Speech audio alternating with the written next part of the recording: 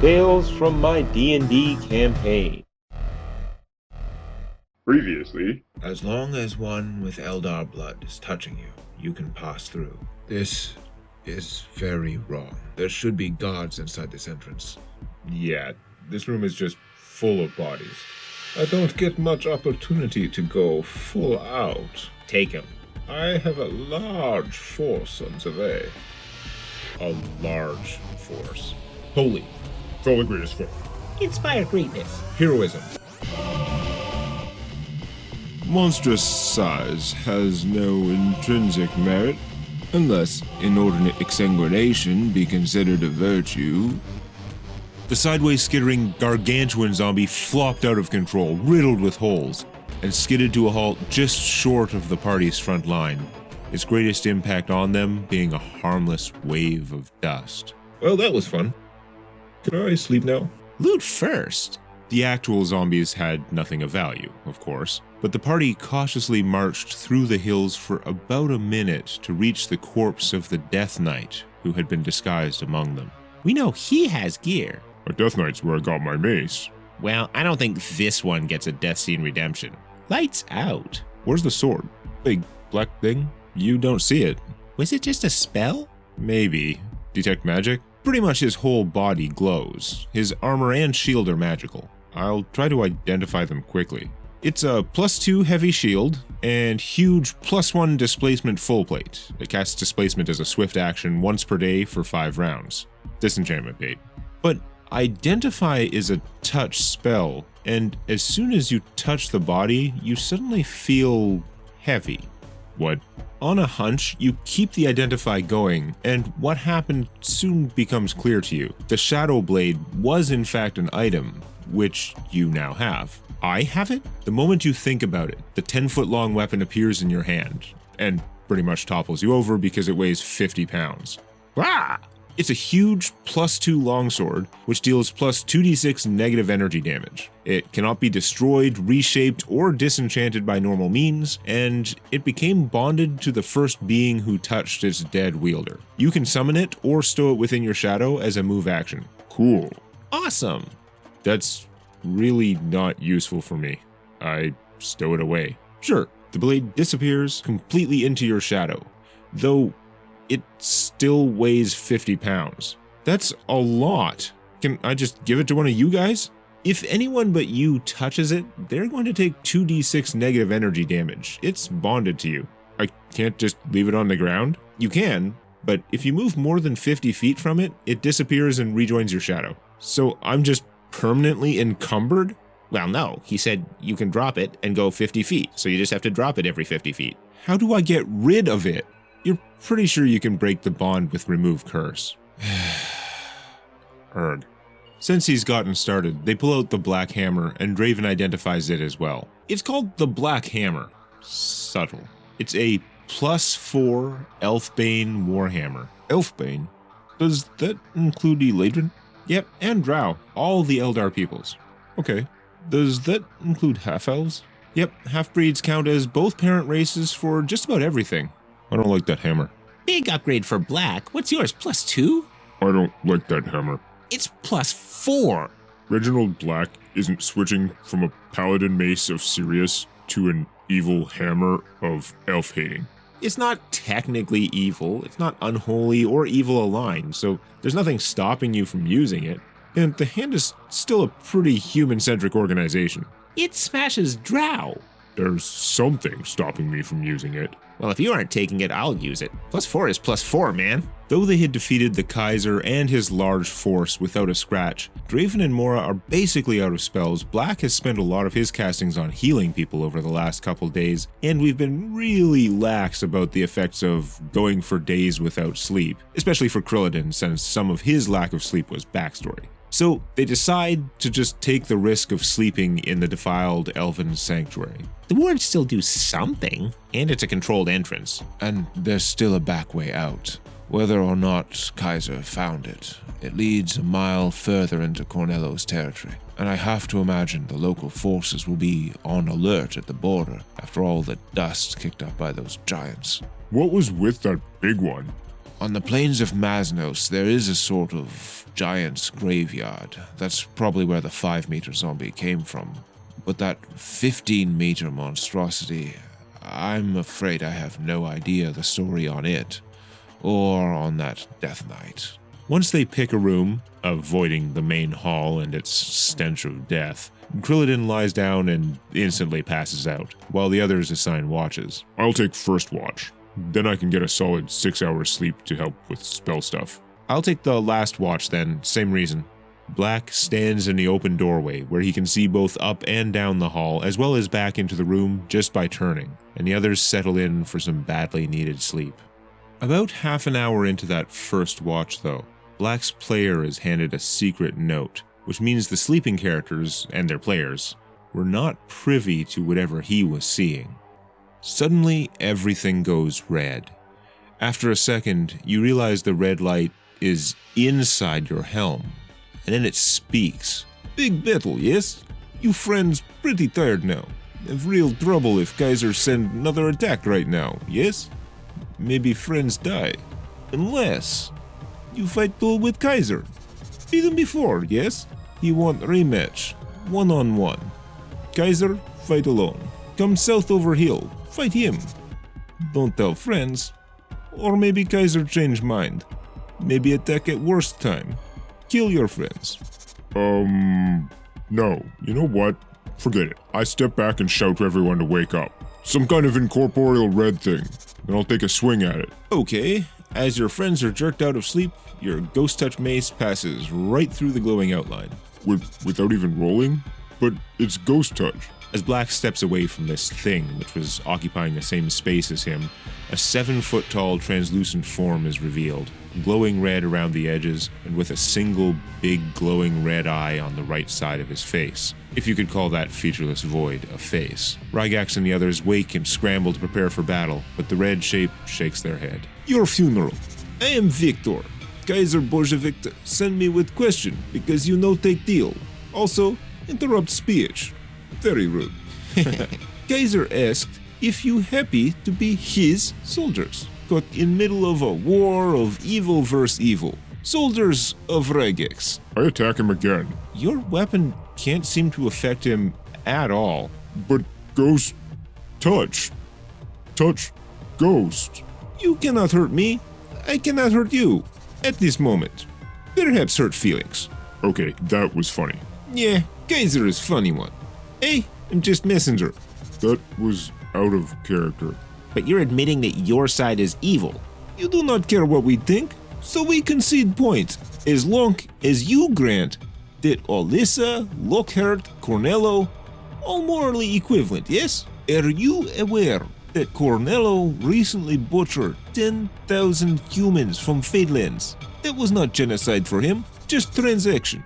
You can shed all blood you want, choosing one king over other king, but if you shift borders couple of feet, who will remember? Will you families and friends even hear how you died? But don't listen to us. Rygex is hero of story, yes? Let's have round of applause from fair people of Sanctuary. Ouch. Hey, Rygax, snap out of it. Can't we do anything to him? He's barely there.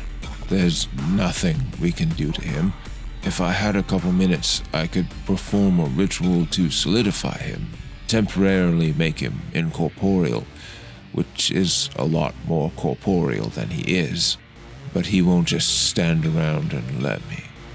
The only way to destroy Victor, to send him back to hell, is to kill Bolsheviks. The Kaiser is his link to reality. The red outline begins sinking down slowly into the floor. He was so hoping for another chance to duel, but now you'll see what happened. Sleep tight. He only wants to duel because he knows he can't take us as a group. I don't like that this thing can just move in and out at will. Makes it kind of hard to sleep. I'm already back to sleep. I think if they had anything left, they'd use it, instead of trying to mess with us. I think all this dude knows how to do is mess with us. Did he even make an attack? Nope. Grumble, grumble. For all the implied threats, the rest of the night passes uneventfully, allowing everyone to regain spells. including any new spells they gained at level 14. Black, don't forget that your plane shift portal is still out there, so you don't get back that particular level 5 slot. How much longer are we stuck here? The plane lock, the curse of Natharin, should only last about a week. And this is day 3. Joy.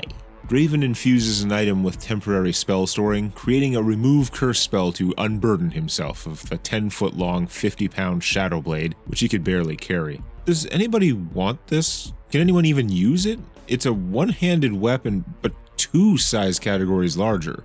Can I resize it? No, examining the blade's magic, you don't think you can resize or disenchant the thing. It's more or less indestructible. It weighs 50 pounds when not in use? I don't think I weigh 50 pounds with all my gear. Too big to be useful? And I've got this hammer. Keep that thing away from me. Are we just leaving it here then? I'm not sure what else to do with it. At Angel's suggestion, Little One mountain hammers a crack into the floor, and Draven casts Remove Curse over that spot, attempting to hide the heavy shadow into that crack, where hopefully no villains will come into contact with it. Do you guys have any group travel spells? I'd like to get away from these guys and reach the Immortality Spring with as little trouble as possible, but it takes at least a day for me to craft a scroll of something high enough level. Well, clerics know our whole spell list. I'll see if there's something. Next level, Mora gets Shadow Walk. I could memorize Wind Walk. A Wind Walk spell would allow the party to travel hundreds of miles in a day, perhaps not as safely as the spell normally would be because the 17-foot ceiling of the Shadowfell prevents them from soaring at high altitudes, but they would be moving 600 feet per round in gaseous form. You've got the book. Can you stop and start Wind Walk without losing a spell? Yes. It says it takes 5 rounds to get into or out of gaseous form, but we can each do so as often as we want until the duration expires. That would save a lot of marching. We could certainly reach Oluwana Spring today, but I would like to make a small detour first. A detour? To where? A secret place. An ally. I think you and they could help each other. Secret like this place? Rugax gives you a very sad glance, but recovers his composure more quickly this time. Hopefully more secret. It's a spirit.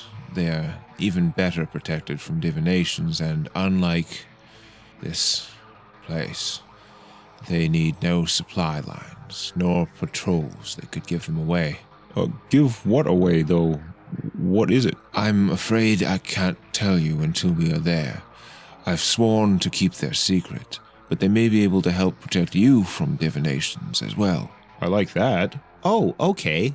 A mystical mystery spirit with no information. Whap! I'm gonna punch him in the face. When we get there, when we're safely inside their hiding place, I will explain as much as I can, and the choice will be all yours, each of you, whether you wish to aid them or not. I'm only considering this because, after all we've been through, all you've done in these last few days, I trust you. Well, I'm curious now. Oh, I'm curious out of character. But in character, I'm going to kick his ass with his never-ending mystery crap. They sneak down the mile-long tunnel of the Fallen Sanctuary's secret exit before casting the spell, because gaseous form is far from perfect protection, and they didn't want to get caught in a bottleneck. But the escape route seems clear, so Black casts Windwalk, and they turn into wind over 5 rounds, then begin jetting off across the landscape. Rygax leads them northwest, winding in and out of the hills, then across more mixed terrain, eventually landing in a discreet wooded area. As you begin to resubstantiate yourselves within a stand of trees, you get a very uneasy feeling from the valley ahead of you. Once you are all solid, Rygax begins pushing deeper into the valley, and you soon see a huge, oily black mass of wood. At first it seemed like a great big tree with slick bark like hardened tar, but taking it all in, you realize it looks more like tree roots stretching out from the ground to the 17-foot ceiling of the plain. Maybe a bit higher from the bottom of the valley, though based on the shape of their growth, the ceiling may have a slight depression towards the middle of this area of lower ground. The malaise you feel is emanating from this murky structure. But for those of you who were present for the drow incursion near Corso's Chasm, so not me, you realize this must be the top end of a giant vertical being, the same kind of being whose growth the drow were trying to use to widen natural portals to the Fadelands, a thing you only saw as a small cross-section of trunk, a dark tree. I don't remember that at all. Nope, that was years ago, IRL. I mean, I totally remember this thing. You remember that the drow leader was forcing the goatmen slaves to move barrels of the cursed water next to that dark tree. Water from the cursed cave that had driven Daggerface mad, torturing the thing to drive its growth in the direction they wanted. But the goatmen who approached were themselves being driven mad, not by brief exposure to the water, but by the dark tree's own defenses, by its pressure on their minds. And we're walking into this place? You're familiar with dark trees. Well, we have nothing to fear because we mean this one no harm. And it knows that? Well, you're with me. And it's psionic. It can probably tell. Think happy thoughts. Think happy thoughts. I'm so happy we were told all this stuff in advance. Rygax leads them right up to the dark tree, revealing a narrow, hidden gap in the bark. The sinister feeling increased as they drew closer, but following the vampire hunter, they shuffled through the gap, into the inverted root mass. And as soon as they passed inside, that feeling, that menacing pressure, lifted. The inside was a very cramped space in which lay a literal and mental hush. Thank you for welcoming us. You trust these ones? I do. They have fought and will continue to fight the evils of this world. So, we're here. Long ago, energies from the battle between Ioun, goddess of knowledge, and Vecna, the dark god of secrets, gave rise to two planes.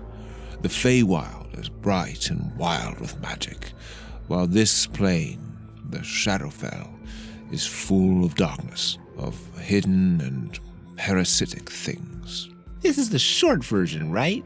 You've seen enough to know this plane is twisted. It's not a good place to live, for mortals or for spirits. But there is an ancient prophecy that one day, probably long after all of us are gone, one day there will be a new light, a new sky. A spark will grow from the hopes of heroes and of all who have suffered, and the sky will change, ushering in a true dawn, the first this world has seen. Many know of this prophecy, though few believe it, and fewer still know that the key to it is kept here. The column in the center of the space begins to shift, roots or vines unwinding, revealing a glowing light within. My kind grow down ever deeper and wider into the world below. As plants of your world drink in the light of the sun, I drink in the darkness of this world. Dark trees live off the energy of this plane, what the drow call Feyrtres. That's how one of these was helping them expand the Shadowfell through a natural portal in the Dwarven Mines to overlap with our world. When the true dawn comes, there will be no place for my kind. Deprived of the dark energy, we will wither and die. But as I feed, I feel the pain of all those who suffer here. I have lived longer than you can imagine. I have lived long enough. Others should have a chance. Has Mora heard of this prophecy? Barely. She didn't know any details, where it came from, no connection with the dark trees, but she has definitely heard that one phrase about the true dawn, almost word for word. And because their kind would not survive the change, no one would think to look here. If you want to help, to contribute to a better future that likely none of us here will live to see, it will take a sacrifice on your part. No one will force you. We can't know whether the prophecy requires your help, or whether your gift will make the difference. But by giving of yourself, you will gain a blessing. In game terms, you would, if you choose to help, sacrifice 1 point of Constitution permanently. You can't get it back with spells. Not even a wish?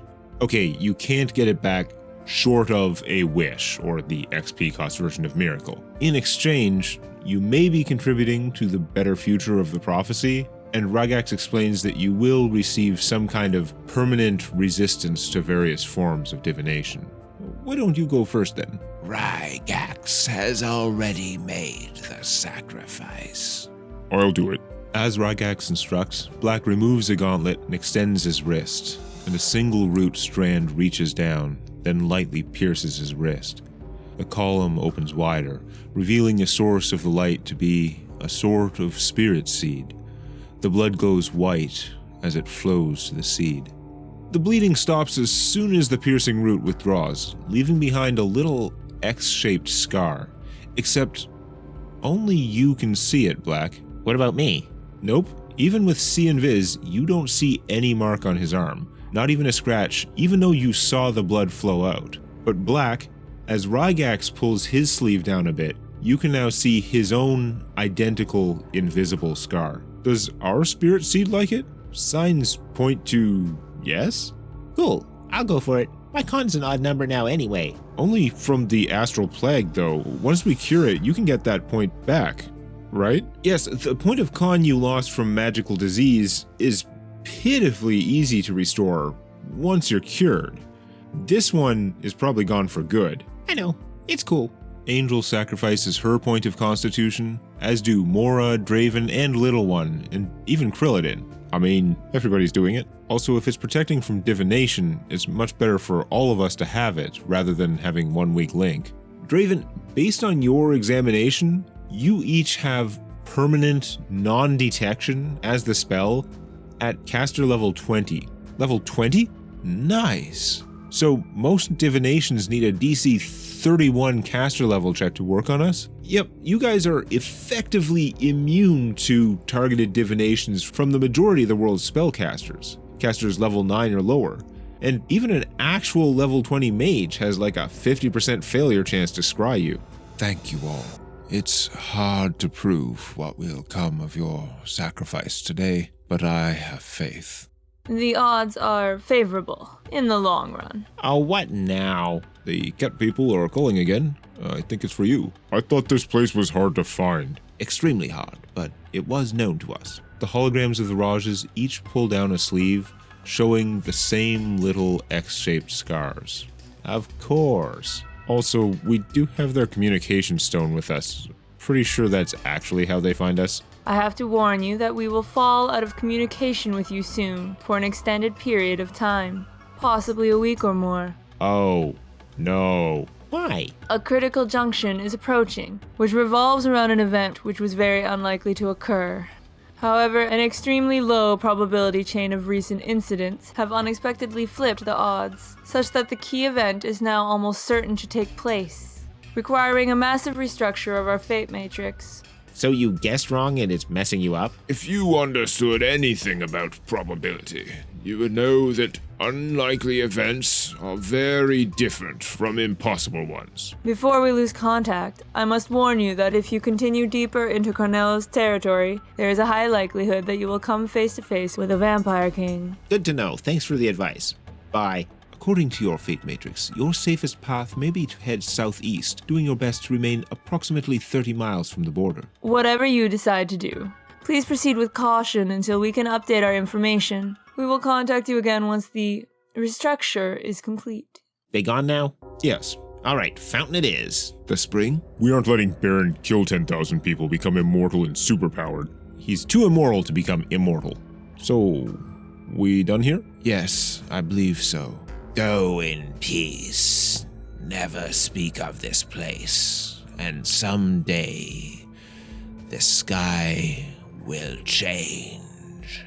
So, Rygax, why do you keep looking nervously at that other forest over there? That's a bad place. We're going to stay well clear of there. Nope. Rygax, did you swear an oath not to talk about the bad place? No. Then try again. Are you familiar with Asmodeus? God of hell? Yes, where the living cannot go, except in nightmares. That forest is the realm of the Albtrone, a powerful servant of Asmodeus, a demigod. Even the vampire kings steer clear of it. Could we just hide out from the kings there? The cure would be worse than the disease. The Albtrone has total control of his nightmare realm. Within his domain, he is nigh omnipotent. Virtually any being who enters without invitation could be erased at his whim. That sounds bad. Yeah, let's not go there. Next question. This guy we're going to fight over the Immortality Spring, what can he actually do? Well, if we're lucky, this new Baron Deathmore Woodbridge. might hesitate to use his powers until it's too late for him, since without Oluwana's blessing, each ability would age his body by several years. As a mortal, the effect on him would be unpleasant. But if the choice is between aging and death, if he fears for his life enough to pay the cost, he can evoke a massive, devastating cone of dark fire, or other similarly dangerous magical attacks, and he can convert his life force into a powerful shield to absorb blows. Like 10 hit points? Sounds like it from his in-character description. So, no crazy freak powers, shape-shifting, gaze attack, teleporting around? Tentacles. Tentacles. I can't guarantee anything. It's certainly possible for Cornello to grant him additional powers from other shackles, but I think it's highly unlikely that he would do so before this man becomes a proper, immortal Baron Deathmore. And frankly, once immortal, his shield ability is a freak power. And now we know. So let's go wreck Baron Asshole's day. They metaphorically mount up, morphing back into Windwalk over the course of half a minute. And in this high-speed, gaseous form, they're able to fast-forward their way through Cornello's territory until they are close to the Oluwana Spring. Can we walk and talk? Spell says it's like gaseous form.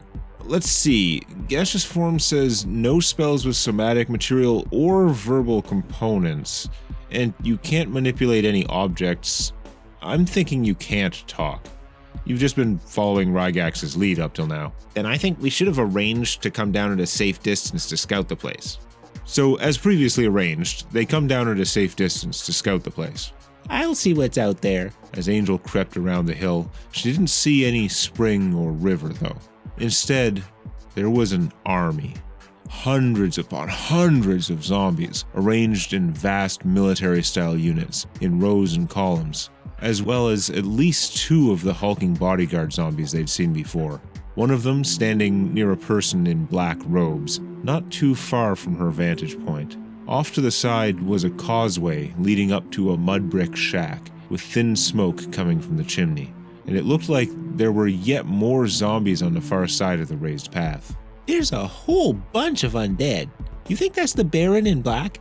No, I don't know this new Deathmore, but I'm certain that shack you describe was built around the Oluwana Spring itself. That is where he'll be, waiting for the spirit to release her blessed waters. Dude's gotta be bored out of his mind. So, what's our plan? Depends. Can you shoot through walls? Actually, yes. But it's less like... and more like... blink, like one arrow, which turns into 2 arrows. Yeah, that's not gonna cut it. In that case, we're gonna need an actual plan. Okay, he's got a whole army out there. Looks like crap, but there may be some threats hidden among all those zombies. Plus another spellcaster on this side. I say we split up. The main group sneaks over there in cloud form and reforms by the shack, while I attack over here as a distraction, and also kill the black-robed person. So you're going to split the party? Next time on Tales from My D&D Campaign!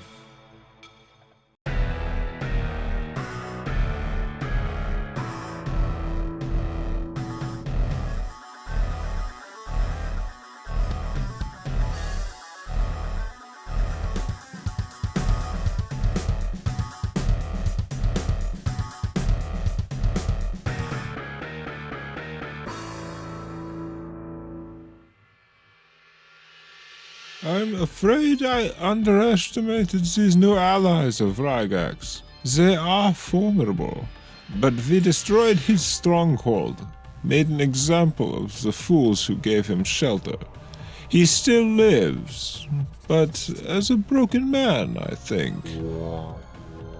Of course, as he wishes. I will return to Heidelag immediately. You not told them about Hammer? No sense bothering Lord Swayne with unnecessary details. Seems to me it's his fault. He saw them in person, no? He had plenty time kill them. It doesn't matter. Failure like this is unacceptable. Our Lord holds all the cards. All we can do is to serve. You think Swayne try replace you? After all this time? Lord Swayne is patient until he is not. He is forgiving until he is not. He won't find a better Kaiser. Not better than me. But it does not matter. If he decides, for a moment, that I no longer please him, I will be gone. Just like that? Yes. And if we are unbound, what do you think are the chances that the new Kaiser is a good match for you? Not likely. I'm with you. But how we get our hammer back? What we do now? We do as ordered. Once back at Heidelag, I will see what resources I can... Lord Swayne! Which way did they go?